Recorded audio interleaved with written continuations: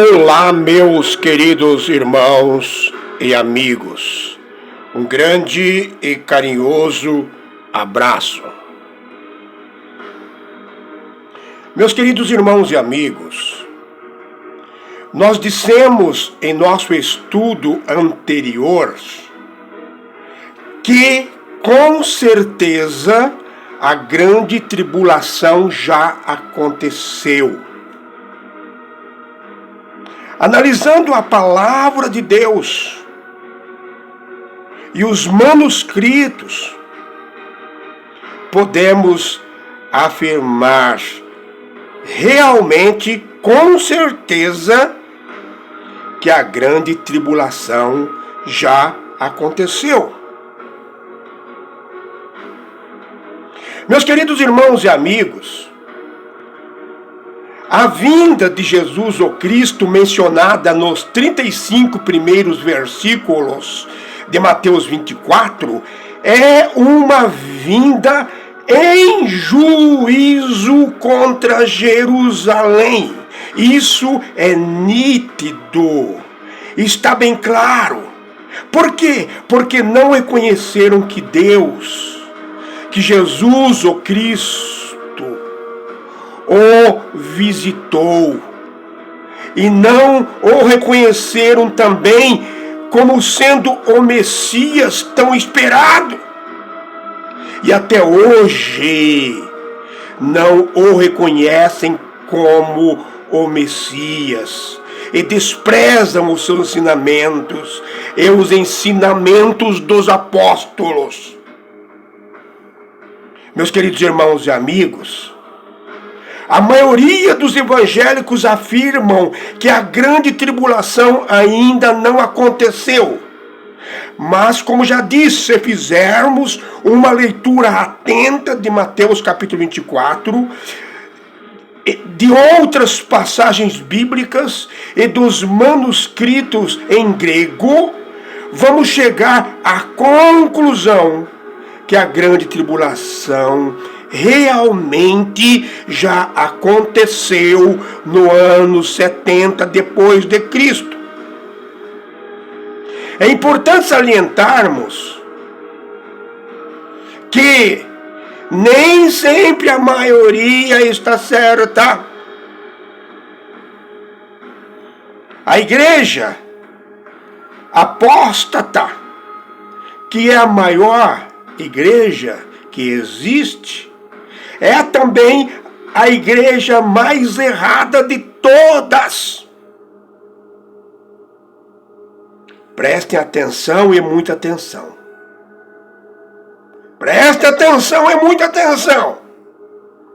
Jesus o Cristo, no Evangelho segundo Mateus, capítulo 24, versículo 34, disse: em verdade vos digo que não passará esta geração sem que todas estas coisas aconteçam. Jesus o Cristo está dizendo claramente que todas as palavras que foram ditas por ele até o versículo 34 se cumpririam dentro daqueles dias, dentro daquela geração. E termina essa primeira parte dizendo: os céus e a terra passarão, mas as minhas palavras não hão de passar. É como se dissesse: é isso tudo que vai acontecer, preparem-se. No capítulo 23, versículo 36 de Mateus, Jesus o Cristo disse: em verdade vos digo que todas estas coisas hão de vir sobre esta geração. Os pronomes demonstrativos este, esta, essa, isto, isso, indicam a relação de um termo com outros no tempo, espaço e no texto. Este, isto, isso, se referem ao tempo presente. São pronomes demonstrativos que se referem ao tempo presente. Esta geração, a geração contemporânea que eu estava ouvindo. Por exemplo, este mês, esta semana, entenderam? No Evangelho segundo Mateus, capítulo 11, versículo 36, está escrito, esta geração. No Evangelho segundo Mateus, capítulo 12, do versículo 41 ao 44, está escrito, esta geração. No Evangelho segundo Mateus, capítulo 23, versículo 36, está escrito, esta geração. No Evangelho segundo Mateus, capítulo 24, versículo 34, está escrito, esta geração. Pronome demonstrativo indicando o tempo presente. Geração presente contemporânea. E tem mais, prestem atenção. Aqueles que defendem que a grande tribulação ainda vai acontecer, dizem que geração aqui é no sentido de raça e etnia. Genea, que significa geração no grego, gama mais epsilon, mais nu, mais epsilon, mais alfa, geneia, significa também gênero, espécie, raça, povo, pátria, etc. Como acontece com muitas palavras no grego, e temos que usar de acordo com o contexto. O termo genea é usado 42 vezes no Novo Testamento. Só no Evangelho segundo Mateus é usado 13 vezes.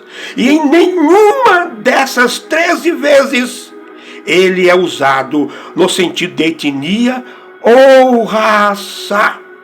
É só examinar os manuscritos. E sempre a palavra geração, sempre antes da palavra geração, está o pronome demonstrativo que indica o tempo presente. Tempo presente. Jesus ou Cristo estava se referindo àquela geração. Geração do primeiro século. Continuem prestando atenção. Quando se usa a palavra raça e etnia, o termo mais usado é genos e não genea. Entenderam? Meus queridos irmãos e amigos, nós vamos analisar hoje 14 versículos. Os primeiros 14 versículos de Mateus capítulo 24. Nós vamos analisar todos os versículos. Mas inicialmente vamos analisar os primeiros 14 versículos. E vou entender que realmente a grande tribulação já aconteceu. E todos os sinais mencionados por Jesus até o versículo 35 corresponde à sua vinda em juízo contra Jerusalém. Evangelho segundo Mateus capítulo 24, versículo 5. Porque muitos virão em meu nome dizendo, eu sou o Cristo, e enganarão a muitos. Meus queridos irmãos e amigos, Cristo é um termo que vem do grego Christos, e que significa ungido. Em hebraico, a palavra correspondente é Messias, Hamashia. Nós podemos dizer que Christos em grego e Hamashia em hebraico era o apelido, a alcunha de Jesus. Já o nome Jesus era muito comum lá na região. Meus queridos irmãos e amigos, os historiadores, teólogos de renome internacional, estudiosos bíblicos que debruçam sobre o assunto, são unânimes em dizer que a região da Judéia, a região da Palestina, antes e depois de Jesus, o Cristo, foi o lugar onde surgiu muitos líderes messiânicos e candidatos a Messias. E diga-se de passagem que foram muito mais do que na época que vivemos. Prestem atenção.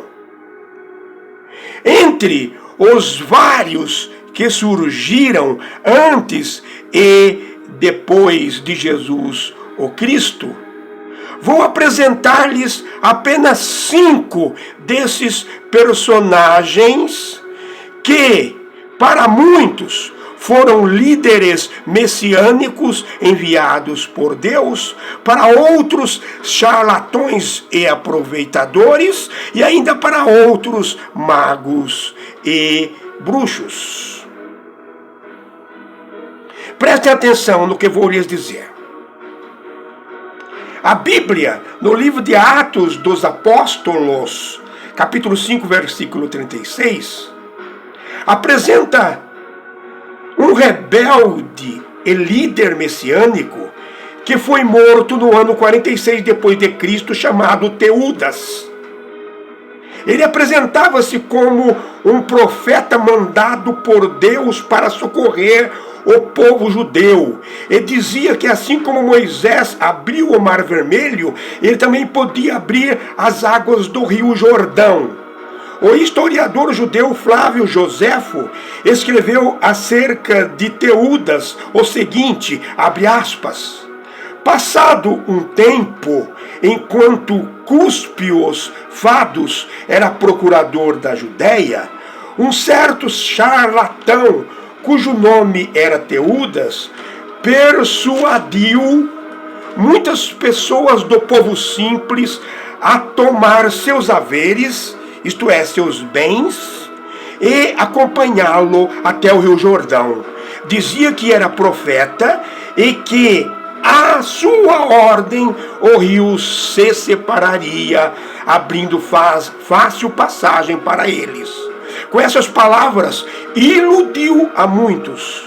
Mas Fados, o procurador da Judéia, não permitiu que eles consumassem essa loucura. Enviou uma unidade de cavalaria contra eles, que matou muitos num ataque de surpresa, e também capturou muitos vivos.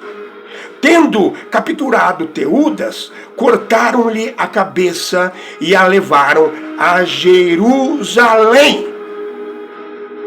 Fecha aspas.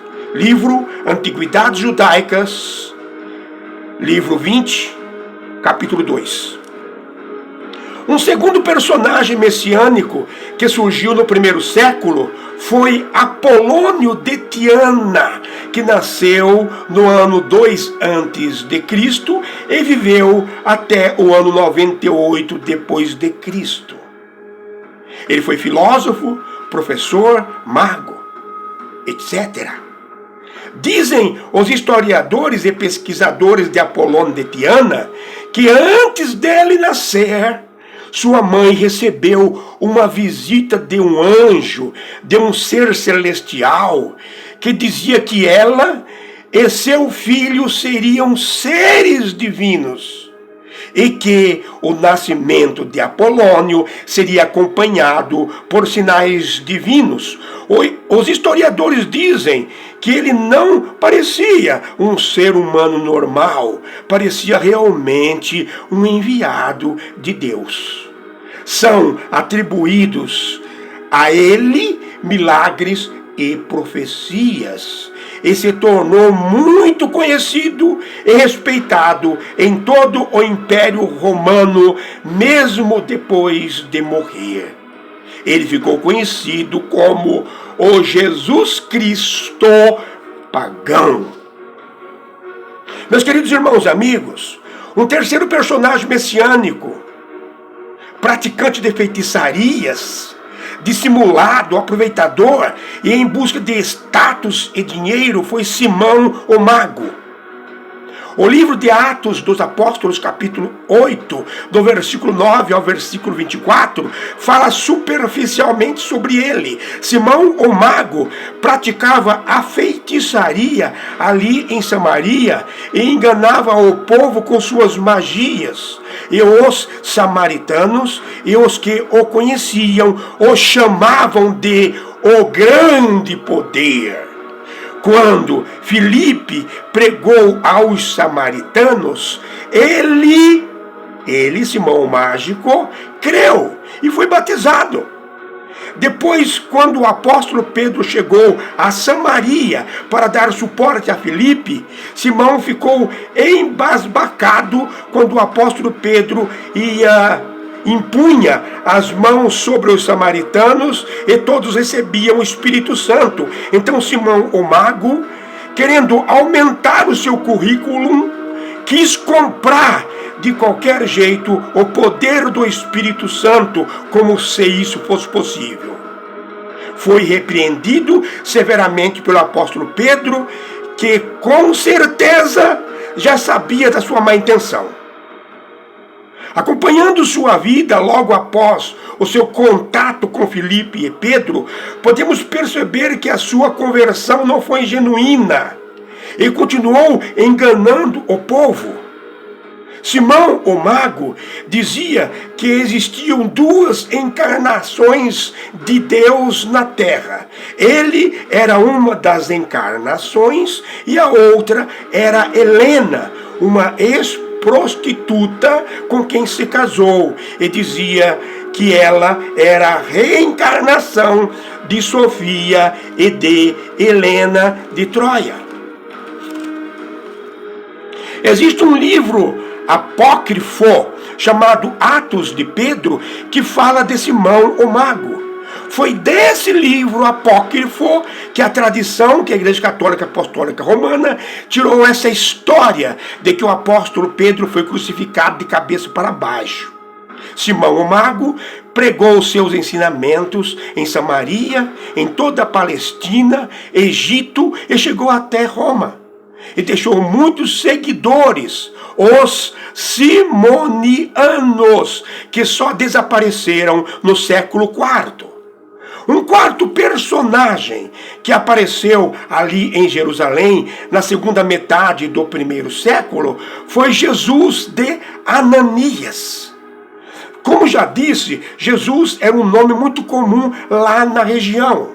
Jesus, filho de Ananias, foi um camponês que começou a pregar e profetizar nas ruas de Jerusalém no ano 62 depois de Cristo. O historiador judeu Flávio Joséfo escreveu que ele repetia aos gritos as seguintes palavras, abre aspas, uma voz do Oriente, uma voz do Ocidente, uma voz dos quatro ventos, uma voz contra Jerusalém e o santuário, uma voz contra a noiva e o noivo, uma voz contra o povo, fecha aspas.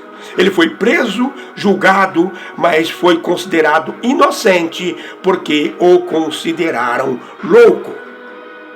O quinto e o último exemplo que citamos de um personagem messiânico, exorcista e milagreiro, foi Eleazar. Ele foi muito conhecido ali na Palestina na segunda metade do segundo século, durante a primeira guerra dos judeus contra o Império Romano, entre o ano 66 a 70 depois de Cristo. O historiador judeu Flávio Joséfo diz que Eleazar expulsou os demônios de várias pessoas na frente do imperador Vespasiano, dos seus filhos, dos seus oficiais e dos seus soldados, quando Vespasiano, pai do general Tito que invadiu Jerusalém, foi governador da Judéia. vindo a se tornar imperador posteriormente no ano 69 depois de Cristo. Dizem que o exorcista Eleazar colocava debaixo do nariz do endemoniado um anel recheado de raízes que teriam sido prescritas pelo rei Salomão. O cheiro era muito acentuado e forte, e os demônios espirravam várias vezes, e o espírito imundo saía pelo nariz. Impressionante, né, queridos irmãos e amigos? No Evangelho segundo Mateus, capítulo 24, versículo 6. Vamos analisar. Evangelho segundo Mateus, capítulo 24, versículo 6. E ouvireis de guerras e de rumores de guerras. Para usar palavras simples, vocês ouvirão falar de guerras e terão notícias de guerras. Cuidado para não ficar apavorados, pois essas coisas têm que acontecer, mas ainda não é o fim. Porque Jesus o Cristo disse: vocês ouvirão falar de guerras e rumores de guerras. Por que Jesus Cristo disse isso? Jesus o Cristo disse isso porque todos estavam gozando da chamada paz romana, que foi um período de aproximadamente 200 anos da história romana, que é identificado como a Era de Ouro do imperialismo romano. Não havia guerras. Todos os países que faziam parte do Império Romano viviam em paz. Havia ordem, crescimento, prosperidade. Mas, um pouco antes da queda de Jerusalém, essa paz deixou de existir, começando a surgir guerras e inúmeros conflitos e revoluções dentro do Império Romano. A guerra judaico-romana, chamada também de Grande Revolta Judaica contra os romanos, começou no ano 66 depois de Cristo e foi até o ano 73 depois de Cristo. Foi a primeira das 3 grandes revoltas judaicas contra a dominação romana. Após o suicídio de Nero, em 68 depois de Cristo, teve início uma guerra civil em Roma.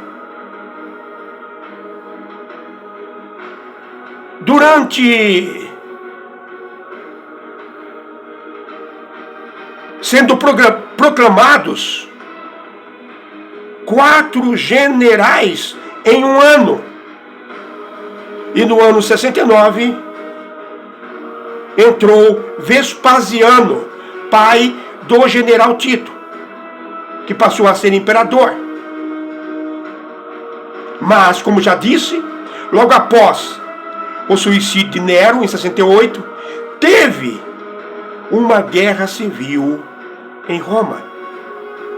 Flávio Joséfo registra em seu livro Guerras Judaicas, ou Guerra dos Judeus, inúmeros conflitos e revoluções que aconteceram antes da queda de Jerusalém, como em Cesareia, em uma disputa entre judeus e sírios a respeito do governo da cidade, onde morreram mais de 20 mil pessoas.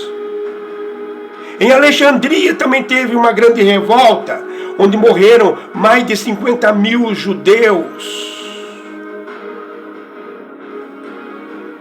Entre judeus, uma guerra entre judeus e gregos. Isso foi no ano 38 depois de Cristo. Em Damasco, teve uma conspiração contra os judeus, onde foram mortos mais de 10 mil pessoas desarmadas. É por isso que Jesus, o Cristo, disse: por enquanto está tudo em paz, a paz romana, mas logo ouvirão falar de guerras e rumores de guerras. Meus queridos irmãos, estou falando rápido para ganharmos tempo. Evangelho segundo Mateus, capítulo 24, versículo 7. Porquanto se levantará nação contra nação e reino contra reino, e haverá fomes, pestes e terremotos em vários lugares. Os 30 anos que precederam a destruição do templo e a queda de Jerusalém, aconteceram terremotos e catástrofes que tirou a vida de milhares de pessoas. No ano 46 depois de Cristo, houve um grande terremoto em Creta. Talvez seja sobre esse terremoto que o apóstolo Paulo diz em 1 Tessalonicenses capítulo 2, versículo 16, que a ira de Deus caiu sobre os judeus de Creta. No ano 51 depois de Cristo, houve um terremoto em Roma. No ano 52, o historiador romano Tácito diz que houve uma sucessão de terremotos. Houve terremotos em Apaneia, na Frígia, mencionado pelo historiador Tácito. Tácito cita terremotos em Campanha e Laodiceia. No ano 67 depois de Cristo, pouco antes de Jerusalém ser invadida e destruída pelos romanos, Jerusalém foi sacudida fortemente por um terremoto. A respeito desse terremoto, o historiador Flávio Joséfo escreveu, abre aspas, sobreveio uma terrível tempestade. A violência do vento, a impetuosidade da chuva, a quantidade de relâmpagos, o ribombar horrível do trovão e um tremor de terra acompanhado de ruídos perturbou de tal modo a ordem na natureza que todos julgavam presságios de grandes desgraças. Guerras Judaicas, livro 4, capítulo 17, página 316. As guerras e os terremotos comprometeram a economia de todo o Império Romano. Então, a falta de alimentos e pestes começaram a tomar conta de muitas cidades. Em Atos dos Apóstolos, capítulo 11, versículo 28, lemos acerca de um profeta cristão, Ágabo, que profetiza grande fome em todo o Império Romano. E isso aconteceu no tempo de Cláudio. Leiam, está bem claro lá, Evangelho, Atos dos Apóstolos, capítulo 11, versículo 28. Durante o reinado de Cláudio, isso que é citado pelo profeta Ágabo, houve, entre o ano 41 e 42, houve grande fome em Roma. Durante o reinado de Cláudio, entre o ano 41 e 42, houve grande fome em Roma. Houve também no reinado de Cláudio, no ano 45 depois de Cristo, houve muita fome que atingiu toda a Judéia. E ainda no reinado de Cláudio, no ano 50 depois de Cristo, a fome atingiu a Grécia. E ainda no reinado de Cláudio, no ano 52 depois de Cristo, a fome assolou mais uma vez a cidade de Roma. Flávio Joséfo diz que houve grande aflição e muitas mortes. E todos esses acontecimentos onde houve falta de alimento foi profetizado pelo profeta Ágabo. No Evangelho segundo Mateus, capítulo 24, versículo 8. Evangelho segundo Mateus, capítulo 24, versículo 8. Todas estas coisas são princípio de dores. Isto quer dizer, todas estas coisas são princípio das dores e da grande destruição que viria sobre Jerusalém. Evangelho segundo Mateus, capítulo 24, versículos 9 e 10. Meus queridos irmãos e amigos, toda perseguição e tormenta registrado nesses versículos, leiam, Evangelho segundo Mateus, capítulo 24, versículos 9 e 10. Toda perseguição e tormenta registrados aqui nesses versículos cumpriu-se à risca nos dias da igreja primitiva. As autoridades judaicas foram as que mais perseguiram a igreja no primeiro século. Em seguida foram os romanos. Eram as autoridades judaicas que levavam os apóstolos à presença de reis e governadores para depor e serem condenados. Leiam lá no livro de Atos dos Apóstolos, capítulo 23, do versículo 12 ao versículo 15. Leiam também Atos dos Apóstolos, capítulo 24, versículo 1. Muitos discípulos foram martirizados. Estevão apedrejado. No tempo do imperador Nero, eram crucificados os cristãos, jogados às feras no famoso Coliseu de Roma.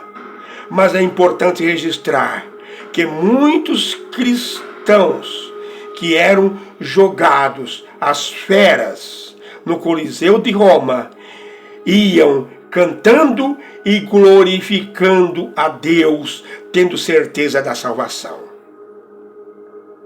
Em razão da grande e acirrada perseguição suscitada pelos judeus e pelos romanos, muitos que se diziam cristãos abandonaram a fé e traíram uns aos outros.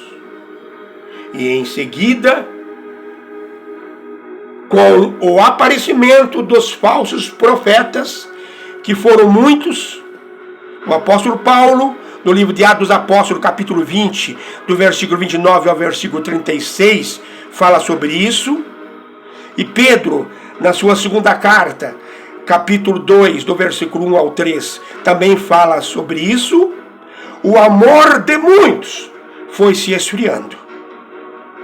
Jesus, o Cristo, na carta que escreveu à igreja de Éfeso, primeiro século, a igreja que representa a primeira fase da igreja, Éfeso, diz que eles estavam deixando o primeiro amor. Evangelho segundo Mateus, capítulo 24, versículo 13. Mas aqueles que perseverar até o fim será salvo. Queridos irmãos e amigos, aqueles que foram fiéis a Deus e a sua palavra e deram ouvidos ao que Jesus o Cristo disse foram salvos. Nenhum cristão fiel morreu quando Jesus executou o juízo sobre Jerusalém. O apóstolo Pedro, em Atos dos Apóstolos, versículo 2, versículo 40, disse que todos deviam procurar se salvar daquela geração perversa, impenitente, que foi castigada. Evangelho segundo Mateus, capítulo 24, versículo 14. E este evangelho do reino será pregado em todo o mundo, em testemunho a todas as nações. Então virá o fim. Meus queridos irmãos e amigos, prestem muita atenção no que vou lhes dizer. É importantíssimo. Primeiro, todo o Novo Testamento foi escrito em grego. Portanto, é mistério que o interpretemos de acordo com a língua grega. Segundo, nós temos que conhecer o significado da palavra mundo em grego e como está nos manuscritos. Meus queridos irmãos e amigos, a palavra mundo no grego tem dois significados. O primeiro significado, presta atenção, o primeiro significado é o que é usado aqui no Evangelho segundo Mateus, capítulo 24, versículo 14. Oikoumene. Repetindo, o primeiro significado é o que é usado aqui no Evangelho segundo Mateus, capítulo 24, versículo 14. Oikoumene. Ômicron, mais iota, mais capa, mais ômicron, mais upsilon, mais mu, mais epsilon, mais mu, mais eta, oikomene.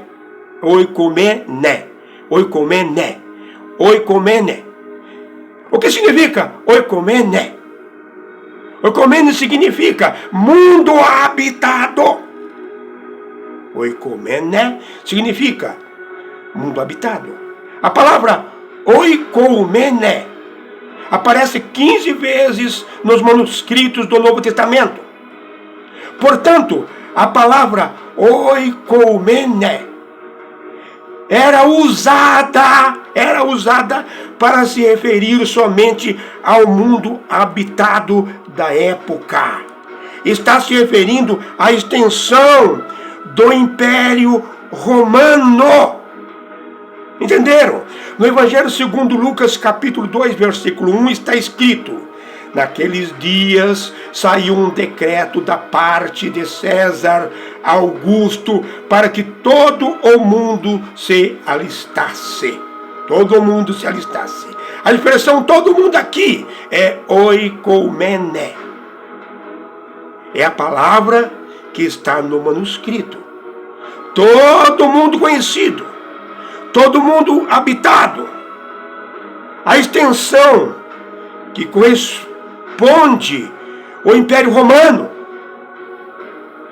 Em Atos dos Apóstolos, capítulo 11, versículo 28, o profeta Agabo faz uma previsão que no tempo do imperador Cláudio haveria fome em todo o mundo. Leiam o versículo. Todo mundo aqui corresponde aos países que faziam parte do Império Romano, o mundo conhecido, oikoumene. Quando a Bíblia se refere ao mundo como um todo, isto é, todo o globo terrestre, a palavra mundo que é traduzida é cosmos e não oikoumene. Por exemplo, no Evangelho segundo João, capítulo 3,16, versículo bastante conhecido, está escrito: Deus amou o mundo de tal maneira que deu o seu Filho unigênito para que todo aquele que nele crê não pereça, mas tenha a vida eterna. Mundo, aqui está no manuscrito grego, é cosmos e não oikoumene. Deus amou toda a terra, todo o globo terrestre.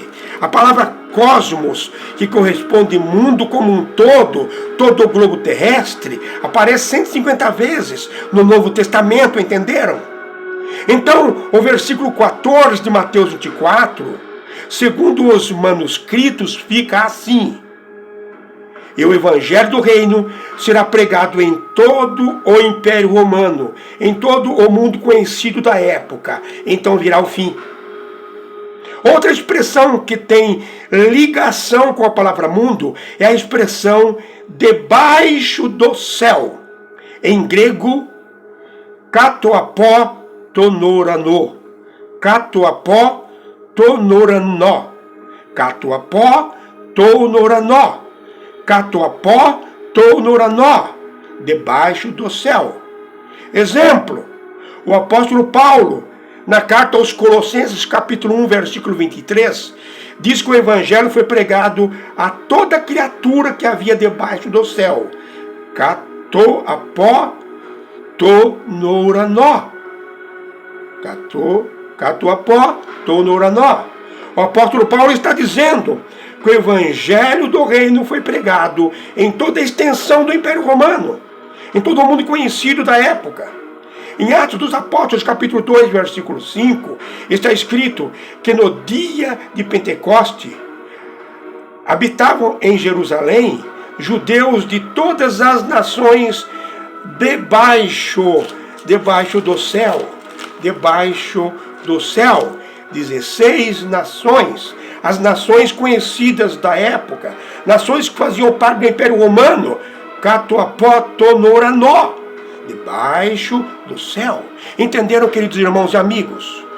Meus queridos irmãos e amigos, falamos rápido e às vezes engasgamos com algumas palavras, normal, pela velocidade que falamos. Nós temos ainda muitas novidades. Vamos seguir analisando todos os versículos. Analisaremos este capítulo detalhadamente, pormenorizadamente. Acompanhem o nosso estudo. Compartilhem o nosso estudo. Ajudem-nos nesse trabalho. Fiquem com Deus. Um grande e carinhoso abraço.